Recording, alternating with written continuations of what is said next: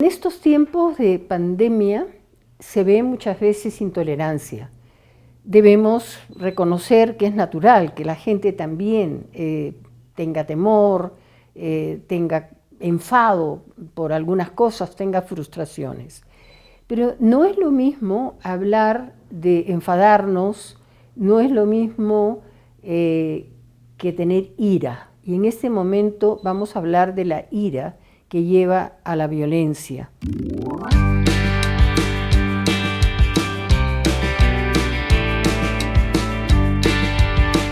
La ira es un sentimiento, una emoción en realidad muy, muy peligrosa. ¿Cómo podemos nosotros reconocer que podríamos entrar a una situación de ira o que otra persona puede entrar a una situación de ira?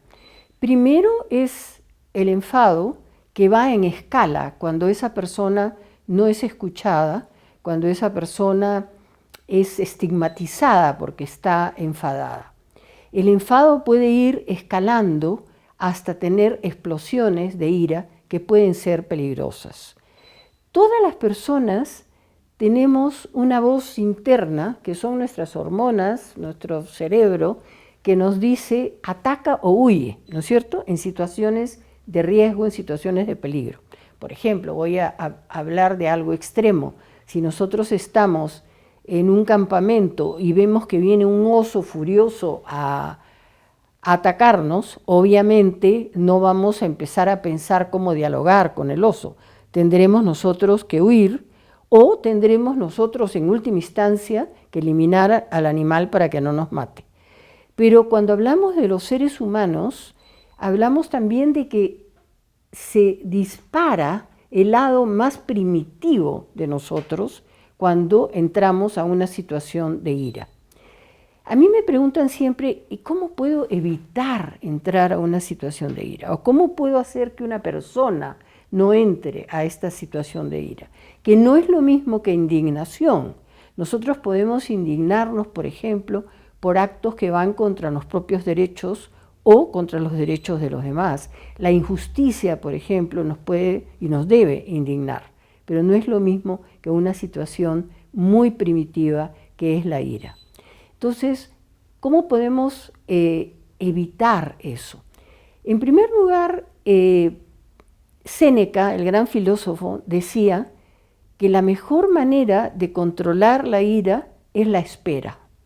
Es decir, respirar hondo, ¿no es cierto?, pensar por unos segundos, no digo meditar porque la meditación implica mayor tiempo, pero sí hacer una espera que no nos lleve a tener una reacción, digamos, violenta. La otra cosa que recomiendo yo para no entrar a la ira es reconciliarnos con la vida y saber que la vida es difícil.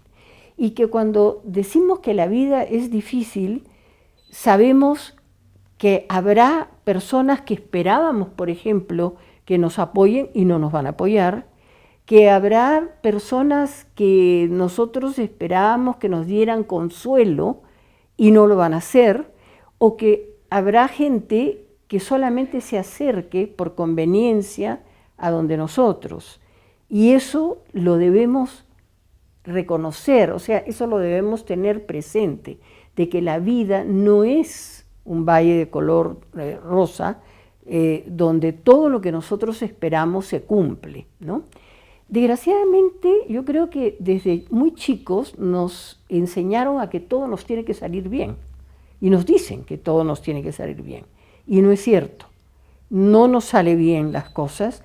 Hay que enseñar a los niños, hay que enseñar a los adolescentes a que esas frustraciones que tienen deben manejarse y no deben terminar tampoco en ira, ¿no?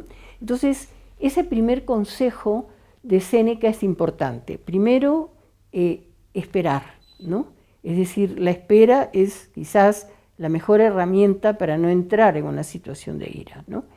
Y el segundo consejo es saber que la vida es conflictiva, que la vida tiene muchas cosas que no nos van a agradar, y cuando estamos preparados para ello, sin dejar de ser optimistas, estamos también mucho más preparados para reconocer a personas, a acciones, etcétera, que son positivas para nosotros y para los que nos rodean. Goleman, que es un gran psicólogo, habla de la ira como un momento de secuestro emocional. Es como si nuestro cerebro, nuestras hormonas, digamos nuestras sustancias cerebrales, nos secuestraran por un momento emocionalmente y saliera esa parte más primitiva de nuestro cerebro y manifestáramos esa ira, esa cólera que puede llegar incluso a una violencia física. En estos momentos, por ejemplo, de pandemia, que todos estamos más o menos alterados, nerviosos, es importante reflexionar sobre ello.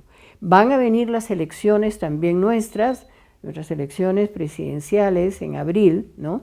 Y también hay que evitar esa polarización porque puede terminar también muchas veces en violencia, en grupos que se juntan, opositores, y terminan en violencia.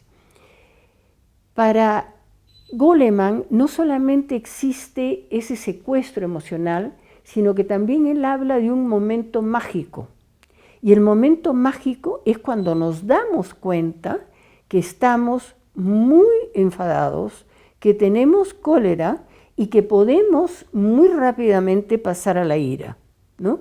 Entonces ese momento mágico es el que nos permite darnos cuenta que estamos en ese estado y que tenemos que retroceder, es decir, no actuar con ira.